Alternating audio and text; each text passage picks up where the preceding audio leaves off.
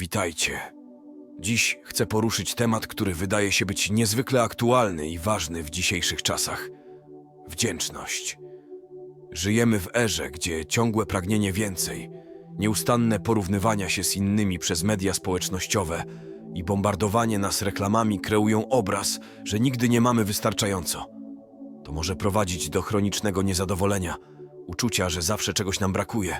Ale co, jeśli powiem wam, że istnieje antidotum na ten niekończący się cykl pragnienia? Wdzięczność. Chciałbym ci zadać pytanie. Czy nasze społeczeństwo, a może nawet system, w którym żyjemy, nie programują nas przypadkiem na niewdzięczność?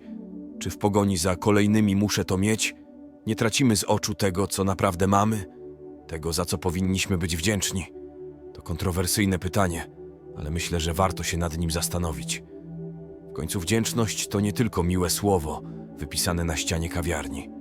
To narzędzie, które ma moc zmieniania naszego życia na lepsze, wpływając pozytywnie na nasze samopoczucie, relacje z innymi, a nawet zdrowie. W tym odcinku chcę zgłębić, jak praktyka wdzięczności może być antidotum na ciągłe niezadowolenie i jak możemy zacząć ją wprowadzać do naszego życia. Będzie to podróż do zrozumienia, jak z prostym, ale potężnym narzędziem, jakim jest wdzięczność, możemy przeciwstawić się kulturze, która nieustannie nas przekonuje, że potrzebujemy więcej, aby być szczęśliwymi. Przechodząc dalej, chciałbym teraz skupić się na niesamowitych korzyściach, jakie wdzięczność może przynieść do naszego życia. Badania naukowe jasno pokazują, że regularne praktykowanie wdzięczności ma głęboki wpływ na nasz mózg, zmieniając sposób, w jaki postrzegamy świat i własne doświadczenia. Osoby, które codziennie wyrażają wdzięczność, często doświadczają mniejszego poziomu stresu, lepszego samopoczucia psychicznego i większej satysfakcji z życia. Co więcej, wdzięczność może również poprawić jakość naszych relacji z innymi. Dzięki wyrażaniu wdzięczności budujemy silniejsze, bardziej autentyczne więzi, doceniając innych za to, kim są, a nie za to, co mają. Dla osób wysoko wrażliwych emocjonalnie, które mogą być szczególnie podatne na wpływy zewnętrzne i odczuwać emocje bardziej intensywnie, praktyka wdzięczności może okazać się szczególnie cenna. Pomaga ona skoncentrować uwagę na pozytywnych aspektach życia, zmniejszać uczucie przytłoczenia i zwiększać odporność na negatywne wpływy. Jedno z badań opublikowane w Journal of Personality and Social Psychology wykazało, że osoby, które prowadziły dziennik wdzięczności, zgłaszały lepsze samopoczucie niż te, które skupiały się na trudnościach czy neutralnych wydarzeniach dnia codziennego. To fascynujące, jak coś tak prostego, jak zapisywanie rzeczy, za które jesteśmy wdzięczni, może mieć tak głęboki wpływ na nasze życie. Zachęcam was, abyście już dziś zastanowili się, za co jesteście wdzięczni. Może to być coś dużego, jak miłość bliskich osób, ale również małe rzeczy, takie jak filiżanka ulubionej kawy rano, czy chwila ciszy w ciągu dnia. Każdy moment wdzięczności jest cenny i przyczynia się do budowania bardziej pozytywnego spojrzenia na świat wokół nas. Następnie chciałbym poruszyć temat kontrastu między wdzięcznością a materializmem. Dwa pojęcia, które wydają się być w naszych czasach na przeciwnych biegunach. Żyjemy w kulturze, która ciągle nas przekonuje, że szczęście można kupić, że kolejny produkt, kolejne dobro materialne jest kluczem do naszego zadowolenia. Czy naprawdę potrzebujemy tych wszystkich rzeczy, aby poczuć się spełnieni? Wdzięczność stawia tę ideę na głowie. Zamiast skupiać się na tym, czego nam brakuje, praktyka wdzięczności uczy nas doceniać tego, co już mamy. To nie oznacza, że dążenie do lepszego życia czy realizowanie swoich celów materialnych jest złe. Chodzi raczej o to, aby nie postrzegać posiadania jako jedynej drogi do szczęścia. W tym kontekście wdzięczność może być uważana za rodzaj buntu przeciwko społecznym i kulturowym naciskom. Uczy nas, że prawdziwe zadowolenie pochodzi z wnętrza, z naszej zdolności do cieszenia się tym, co już posiadamy, a nie z niekończącej się pogoni za kolejnymi zakupami. Dla osób wysoko wrażliwych emocjonalnie, których doświadczenia są często głębsze i bardziej intensywne, ta lekcja może być szczególnie wartościowa.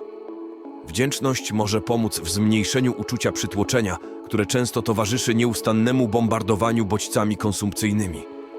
Może też stanowić przeciwwagę dla presji, by nadążyć za innymi, oferując spokój i zadowolenie z tego, co już jest częścią naszego życia. Zachęcam was do zadania sobie pytania: co tak naprawdę sprawia, że czujecie się szczęśliwi? Czy są to chwile spędzone z rodziną i przyjaciółmi? pasje, które pielęgnujecie? Czy może poczucie spokoju i harmonii wewnętrznej? Jak wdzięczność za te doświadczenia może zmienić wasze postrzeganie własnego życia? Przechodząc do praktycznej strony, chciałbym wam teraz pokazać, jak możemy wprowadzić wdzięczność do naszego codziennego życia.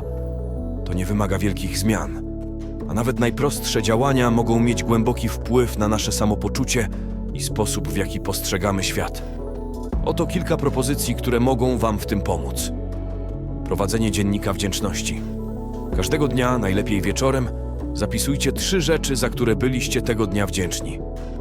Mogą to być duże wydarzenia, ale równie ważne są te małe. Na przykład smak porannej kawy czy uśmiech od obcej osoby na ulicy.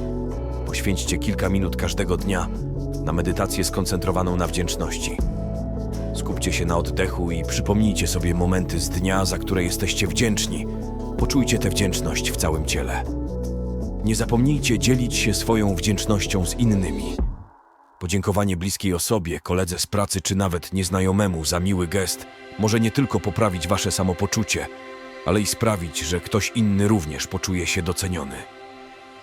Praktykujcie uważność, starając się być obecnymi tutaj i teraz, zauważając i doceniając piękno codziennych chwil. Czasem wdzięczność tkwi w zauważeniu, jak wiele mamy dookoła siebie. Zaproponujcie sobie wyzwanie, na przykład 30 dni wdzięczności, podczas którego codziennie świadomie szukacie momentów i rzeczy, za które możecie być wdzięczni.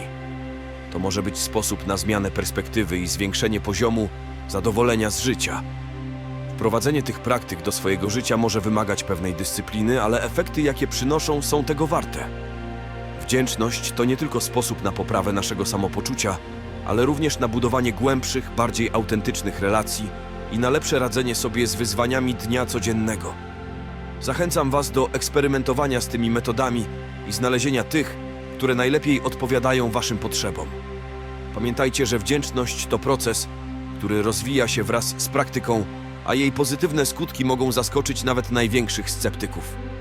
Teraz, gdy omówiliśmy, jak wdzięczność może odmienić nasze życie i jakie kroki możemy podjąć, aby ją pielęgnować, chciałbym przedstawić wam pewne kontrowersyjne pytanie. Czy praktykowanie wdzięczności może czasem zostać zinterpretowane jako akceptacja dla obecnej sytuacji? Czy skupianie się na tym, za co jesteśmy wdzięczni, może nas powstrzymywać przed dążeniem do zmiany i poprawy naszych życiowych okoliczności? Niektórzy mogą argumentować, że wdzięczność, poprzez skupienie na obecnym momencie i docenianiu tego, co już posiadamy, może potencjalnie zniechęcać do poszukiwania lepszych możliwości lub do rozwoju osobistego. Mogłoby się wydawać, jakby wdzięczność uczyła nas zadowolenia z tego, co mamy, nawet jeśli istnieją aspekty naszego życia, które wymagają zmiany. Jednak ja wierzę, że wdzięczność i dążenie do poprawy nie muszą się wzajemnie wykluczać. W rzeczywistości mogą iść w parze, tworząc równowagę między akceptacją obecnej chwili a motywacją do osobistego rozwoju. Wdzięczność może nas nauczyć, że szczęście nie zależy od zewnętrznych osiągnięć czy materialnych dóbr, ale od naszego wewnętrznego stosunku do życia i umiejętności dostrzegania wartości w tym, co już mamy. To nie oznacza rezygnacji z marzeń czy celów. Raczej chodzi o budowanie solidnej, pozytywnej bazy, z której możemy dążyć do zmiany, nie tracąc przy tym poczucia wdzięczności za drogę, którą już przebyliśmy. Wdzięczność może dać nam siłę i perspektywę potrzebną do pokonywania przeszkód i realizacji naszych aspiracji z poczuciem spełnienia i spokoju. Zachęcam was do podzielenia się swoimi przemyśleniami na ten temat. W tym momencie chciałbym zaproponować wam małe wyzwanie, które może pomóc pogłębić waszą praktykę wdzięczności i jednocześnie dać okazję do eksperymentowania z jej wpływem na codzienne życie. Mówimy tu o 7-dniowym wyzwaniu wdzięczności. Zasady są proste, ale efekt, jaki mogą wywrzeć na wasze samopoczucie, relacje i ogólną percepcję życia, może być niezwykle potężny. Oto, jak możecie wziąć udział. Każdego dnia przez kolejne 7 dni zapisujcie co najmniej 3 rzeczy, za które jesteście wdzięczni. Mogą to być zarówno duże wydarzenia, jak i małe przyjemności. Każdego dnia starajcie się wyrazić wdzięczność przynajmniej jednej osobie. Może to być podziękowanie bliskiej osobie za wsparcie, kolegi z pracy za pomoc w projekcie, czy nawet nieznajomego, który uczynił coś miłego. Przed snem spędźcie chwilę na refleksji nad dniem, skupiając się na momentach i doświadczeniach, za które czuliście wdzięczność. Zastanówcie się, jak te momenty wpłynęły na wasz dzień. Zachęcam was, abyście po zakończeniu wyzwania podzielili się swoimi doświadczeniami. Czy zauważyliście zmianę w swoim nastawieniu? Czy praktykowanie wdzięczności pomogło wam poczuć się bardziej zadowolonymi, spokojnymi, a może nawet szczęśliwymi? To wyzwanie to nie tylko sposobność do praktykowania wdzięczności, ale także okazja do spojrzenia na własne życie z nowej perspektywy. Wdzięczność może otworzyć nas na nowe doświadczenia, poprawić nasze relacje z innymi i przyczynić się do budowania głębszego poczucia zadowolenia z życia. Czekam na wasze historie i refleksje. Niech to wyzwanie będzie dla was początkiem pięknej przygody z wdzięcznością, która, mam nadzieję, nie skończy się po tych 7 dniach, ale będzie kontynuowana. Podsumowując naszą dzisiejszą podróż przez świat wdzięczności, chciałbym, abyśmy wszyscy zatrzymali się na moment i zastanowili nad siłą, jaką wdzięczność wnosi do naszego życia. Niezależnie od tego, czy zdecydujecie się wziąć udział w wyzwaniu wdzięczności, czy zaczniecie wprowadzać małe akty wdzięczności na co dzień, pamiętajcie, że każdy krok jest krokiem w dobrym kierunku. Wdzięczność to nie tylko praktyka na dobre dni. To narzędzie, które może nas wspierać również w trudniejszych chwilach, pomagając nam widzieć światło w ciemności. Przypomina nam o dobru, które nas otacza, nawet gdy wszystko inne wydaje się być przeciwko nam. Zachęcam was do traktowania wdzięczności nie jako kolejnego zadania do odhaczenia na liście, ale jako postawę, sposób na życie, który może przynieść głębokie zmiany w sposobie, w jaki postrzegamy świat i nas samych w nim. Wdzięczność otwiera nasze serca na więcej miłości, radości i zrozumienia. Niech ta dyskusja o wdzięczności będzie dla was początkiem nowej ścieżki do głębszego zadowolenia i spokoju wewnętrznego. Pamiętajcie, że małe kroki mogą prowadzić do wielkich zmian. Każdy dzień daje nam nową możliwość, by być wdzięcznym za ludzi w naszym życiu, za doświadczenia, które kształtują naszą przyszłość i za świat, który mimo wszystko oferuje nam nieskończoną ilość piękna do docenienia. Czekam na wasze historie i doświadczenia z wdzięcznością. Podzielcie się nimi w komentarzach. Niech nasza wspólna podróż w kierunku wdzięczności stanie się źródłem inspiracji dla nas wszystkich. Jestem wdzięczny za to, że tutaj jesteś.